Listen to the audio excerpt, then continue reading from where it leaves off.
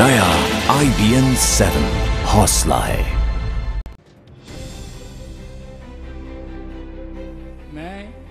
मैं मनोहर गोपाल कृष्ण प्रभु पर्रिकर, सुरेश प्रभाकर प्रभु, जगत प्रकाश नड्डा, मैं वीरेंद्र सिंह, बंडारू दत्तात्रेय, राजीव प्रताप रूडी, मैं डॉक्टर महेश शर्मा, मुख्तार अब्बास नकवी, मैं राम कृपाल यादव, हरिभाई प्रतिभाई चौधरी, प्रोफेसर सावरलाल जाट, मैं मोहन भाई कल्याण जी भाई कुंडारिया, मैं Giriraj Singh, Hansraj Gangaram Ahir, professor Ramshankar Katheria, YS Chaudhary, Jayant Sinha, colonel Rajyavardhan Singh Rathore, I Babul Supriyo Baral, मैं साध्वी निरंजन ज्योति, मैं विजय सांपला ईश्वर की शपथ लेता हूं कि मैं विधि द्वारा स्थापित भारत के संविधान के प्रति सच्ची श्रद्धा और निष्ठा रखूंगा।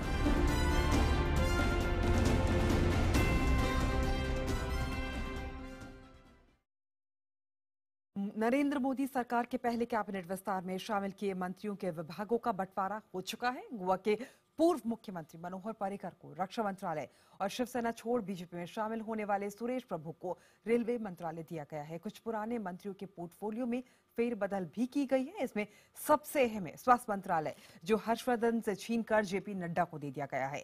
वहीं रेलवे मंत्रालय सदानंद गौड़ा से लेकर सुरेश प्रभु को सौंप दिया गया है। विस्तार के बाद आज शाम कैबिनेट की बैठक बुलाई गई है।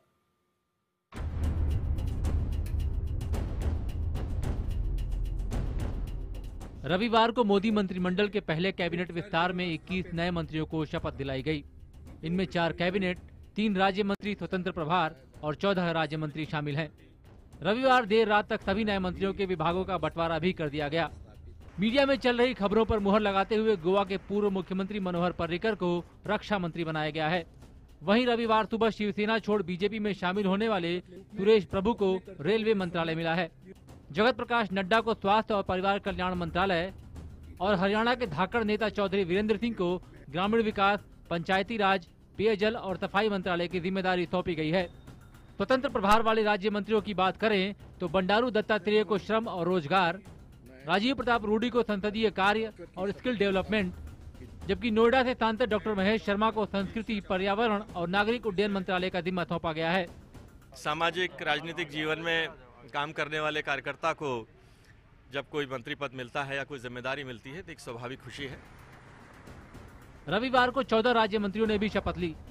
इनमें से मुख्तार अब्बास नकवी को अल्पसंख्यक मामले और संसदीय कार्य, राम कृपाल यादव को पेयजल और सफाई, हरिभाई पार्थिभाई चौधरी को गृह, सांवरलाल जाट को जल संसाधन, नदी विकास और गंगा, मोहन भाई कल्याण जी भाई कुंदरिया को कृषि, गिरिराज सिंह को सूक्ष्म छोटे और मध्यम उद्योग, हंसराज गंगाराम अहिर को रसायन और उर्वरक, रामशंकर कथेरिया को मानव संसाधन विकास, YS चौधरी को विज्ञान और तकनीक, जयंत सिन्हा को वित्त, कर्नल राज्यवर्धन राठौड़ को सूचना और प्रसारण, बाबुल सुप्रियो को शहरी विकास, आवास और गरीबी उन्मूलन, साध्वी निरंजन ज्योति को फूड प्रोसेसिंग और विजय सांपला को सामाजिक न्याय राज्य मंत्री का जिम्मा सौंपा गया है। निश्चित रूप से जिसकी योग्यता हो उसकी योग्यता के अनुसार काम की बंटवारा होता है और राजनीति में मुझे नहीं लगता है कि इन सब चीजों पर कोई बहुत बहस की गुंजाइश है। नए मंत्रियों को कामकाज सौंपने के साथ ही कई पुराने मंत्रियों पर गाज भी गिरी है।